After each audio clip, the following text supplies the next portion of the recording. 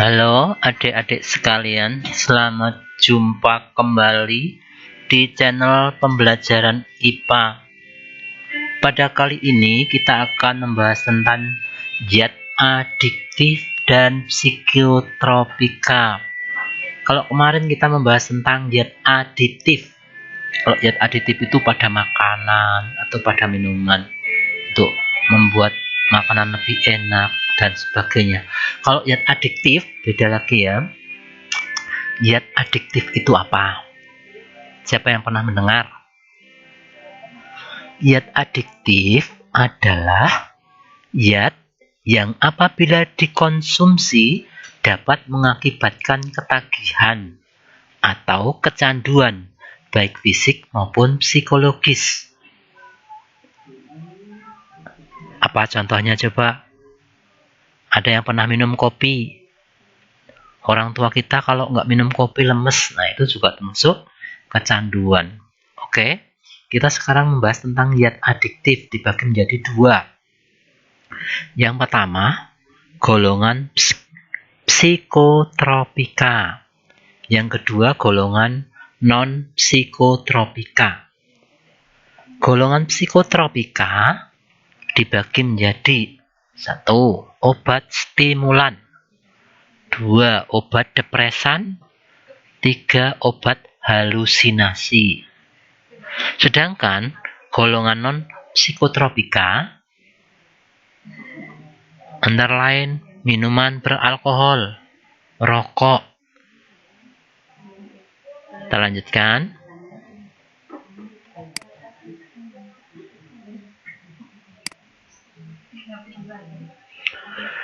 Zat psikotropika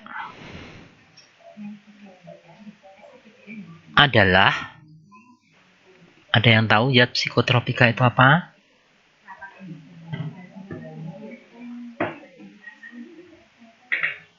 Ayo, siapa yang tahu?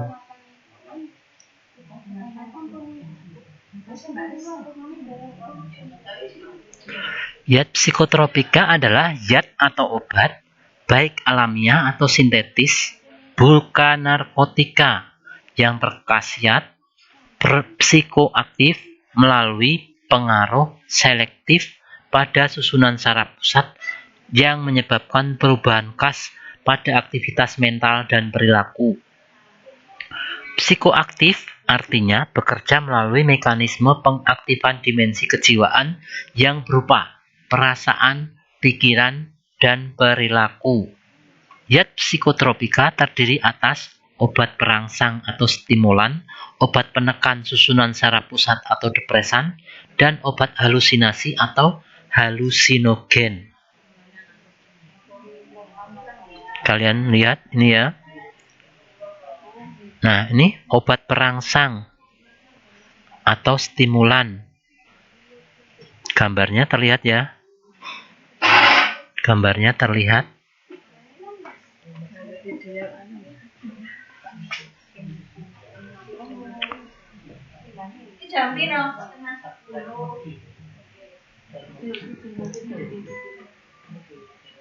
Obat penekan saraf pusat atau depresan, nih gambarnya.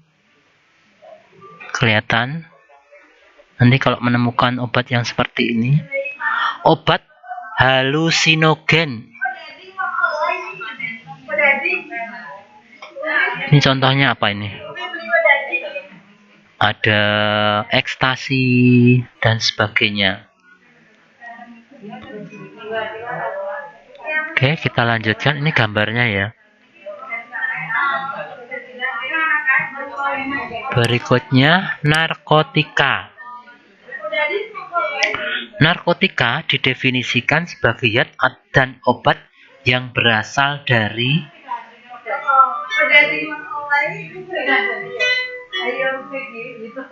tanaman opium, narkotika alam, atau zat dan obat yang bukan berasal dari tanaman, narkotika sintetis. Jadi narkotika itu ada yang alami dan ada juga yang sintetis atau buatan.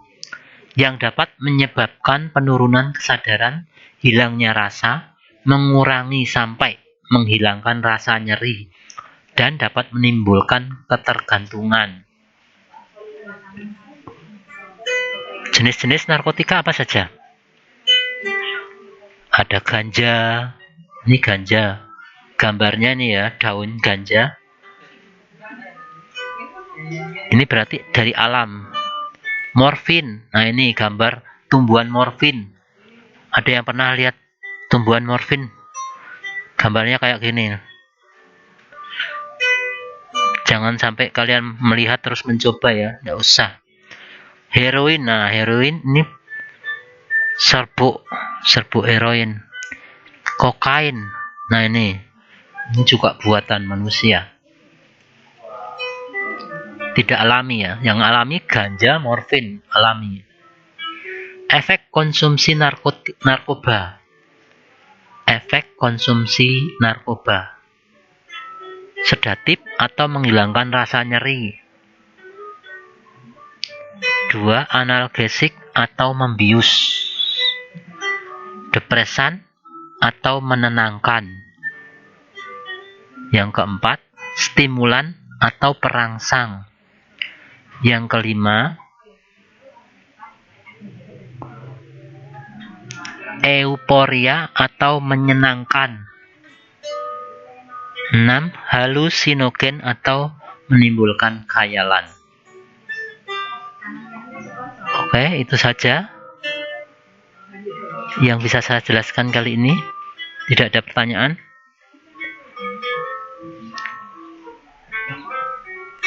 Terima kasih. Halo adik-adik sekalian. Kalau tadi golongan psikotropika ya, Dek. Sekarang golongan non-psikotropika. Contohnya minuman beralkohol. Saya yakin kalian sudah ada yang pernah mengenal. Mungkin hanya melihat. Saya berharap kalian jangan sampai mencobanya. Karena itu sangat berbahaya bagi saraf otak kita. Minuman beralkohol. Ini gambar apa? Minuman beralkohol itu ada tingkatannya. Minuman beralkohol itu adalah minuman yang mengandung alkohol. Alkohol adalah senyawa organik turunan senyawa alkan dengan gugus OH pada atom karbon tertentu. Penggolongannya golongan A.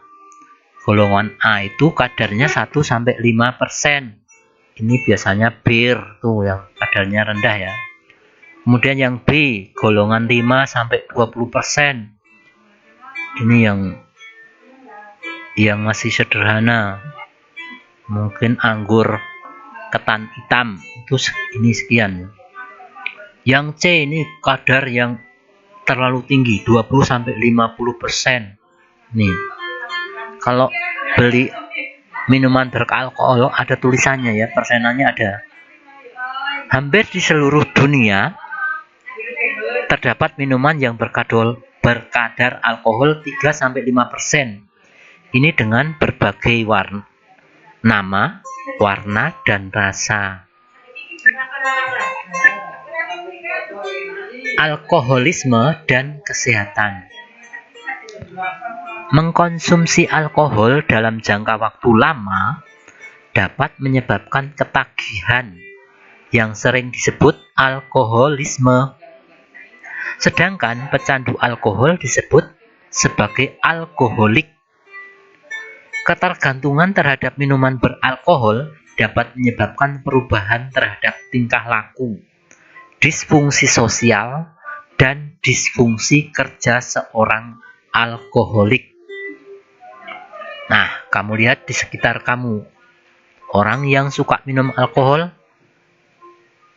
kelihatan temperamennya jelek.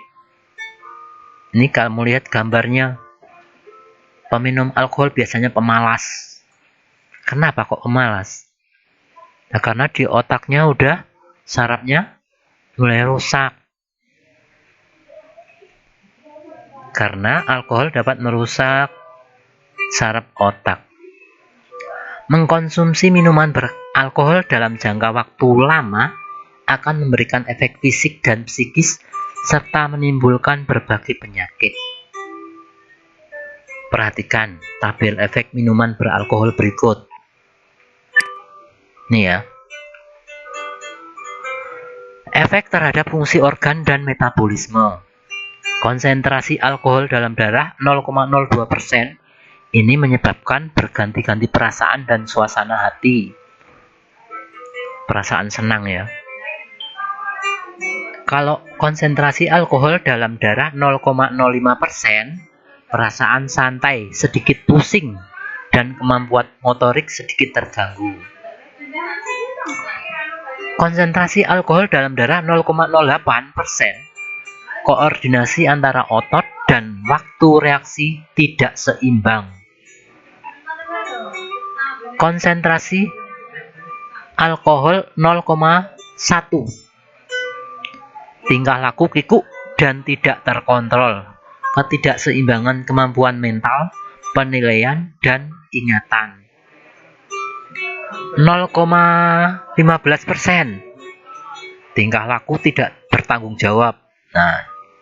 Dan euforia, agak kesulitan berdiri, berjalan, dan berbicara. Ini berdiri sempoyongan, berjalan nggak bisa, berbicara kurang jelas. Kalau di dalam darah 0,20%, apa yang terjadi? Pusat kendali motorik dan emosi terganggu. Mencaci maki, terhuyung-huyung, kehilangan keseimbangan, dan penglihatan ganda. Jadi penglihatannya jadi double-double. Yang berikutnya, kalau di dalam darah konsentrasi alkohol 0,4, tidak sadarkan diri atau pingsan. Kalau kadar alkohol dalam darah sampai 0,45, apa yang terjadi? Pernapasan melambat dan dapat berhenti sama sekali. Berarti udah setengah mati ya, kejit-kejit. Makanya jangan sampai coba-coba pakai alkohol. Kalau kadar alkohol 0,02 dapat berakibat kematian. 0,20 ya ini. 0,20 menyebabkan kematian. Cara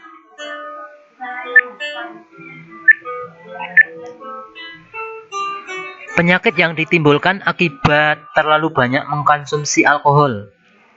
FAS atau Fetal Alcohol Syndrome. Yang kedua, sirosis hati. Hatinya rusak. Hatinya jadi hancur ya toh, kelihatan gambarnya toh. Ini yang alkohol sindrom. Kamu lihat nih anaknya nggak jelas. Yang ketiga, kerusakan otot jantung. Jantungnya rusak. Makanya jangan sampai kalian minum alkohol. Akibatnya sangat fatal ya, adik-adik. Cara pencegahan dan penyembuhan. Ini orang penyakit gara-gara minum alkohol. Ini tidur di tengah jalan. Jika kecanduan masih dalam taraf ringan, maka bantuan dari keluarga, teman, guru, dan orang terdekat sangat diperlukan. Introspeksi diri dan bertobat untuk tidak kembali lagi mengkonsumsi minuman haram tersebut. Bukanlah hal yang sia-sia jika kita bersungguh-sungguh. Masa depan jadi sangat suram. Ingat ya, masa depan jadi sangat suram. Bagi yang sudah kecanduan berat, pertolongan seorang ahli kesehatan dan alkoholisme sangat diperlukan. Jika memang dibutuhkan penanganan penderita dengan merawatnya di panti rehabilitasi akan lebih efektif.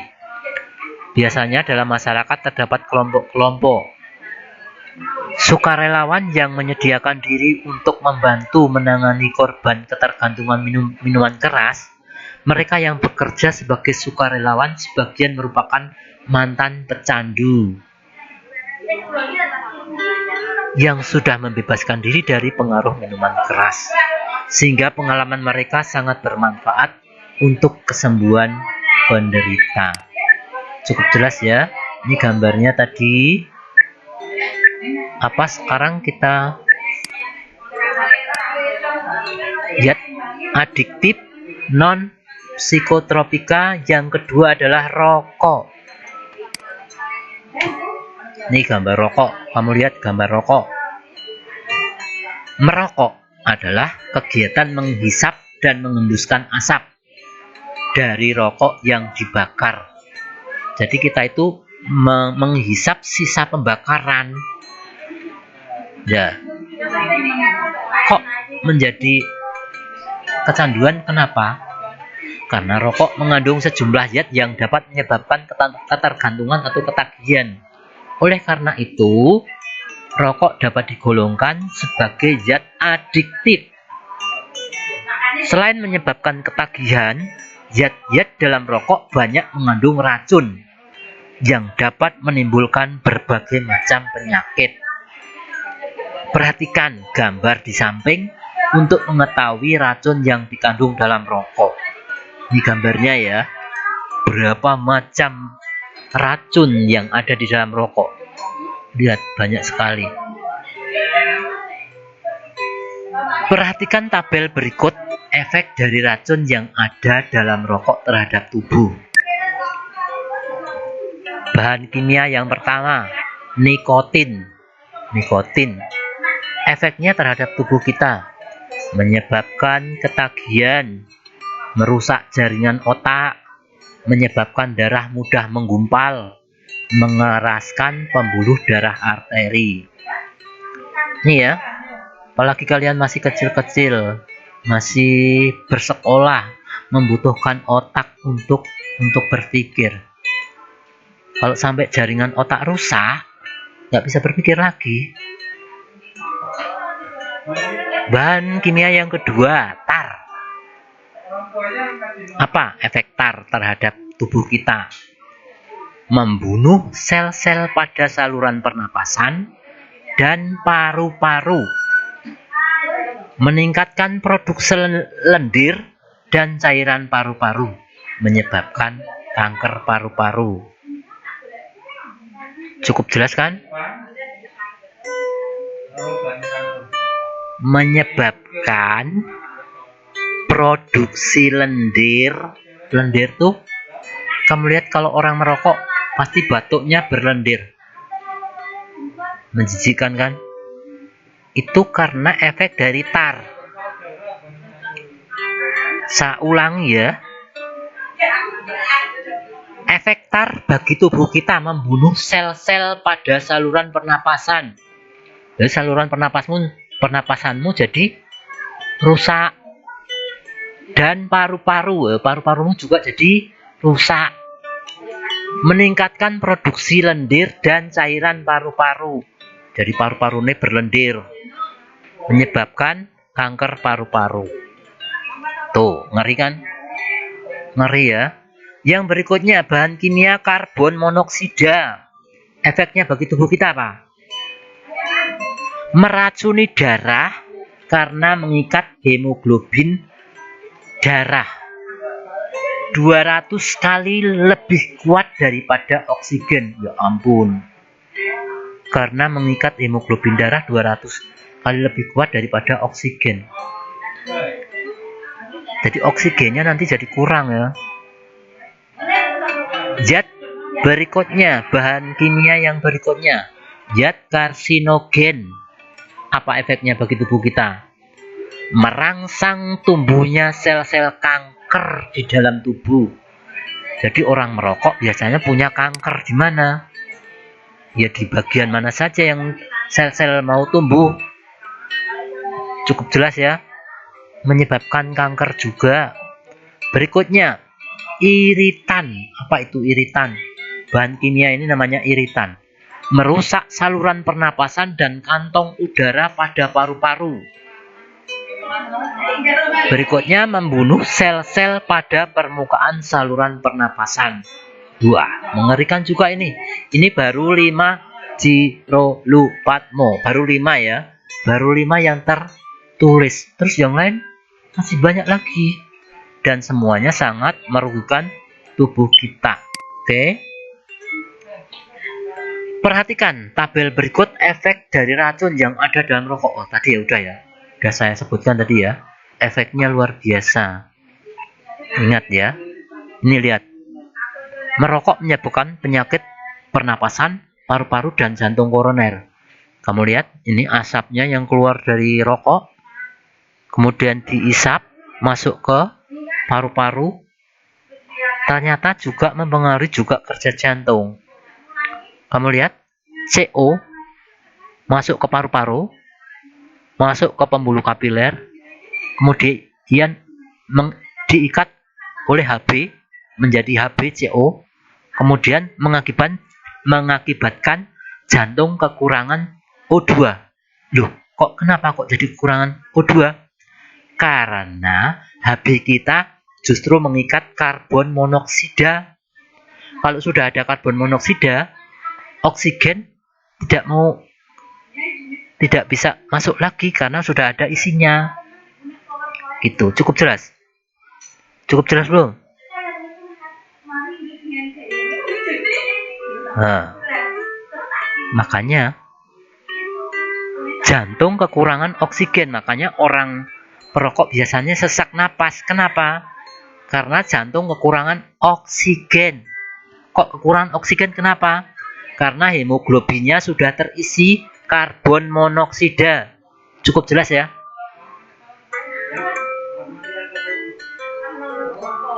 Nih, bagi calon-calon pemuda penerus bangsa, jangan merokok. Berikutnya, nikotin. Ini nikotin ya. Kalau yang atas tadi kan CO, karbon monoksida. Sekarang nikotin. Apa itu nikotin? Yaitu tadi yang terdapat dalam rokok. Nikotin masuk ke dalam adrenalin. Adrenalin langsung masuk ke ini mempengaruhi frekuensi denyut jantung. Denyut jantung Anda jadi lemah. Mengerikan bukan? Jadi perokok itu biasanya jantungnya juga lemah. Ini efek-efek dari merokok. Cukup jelas?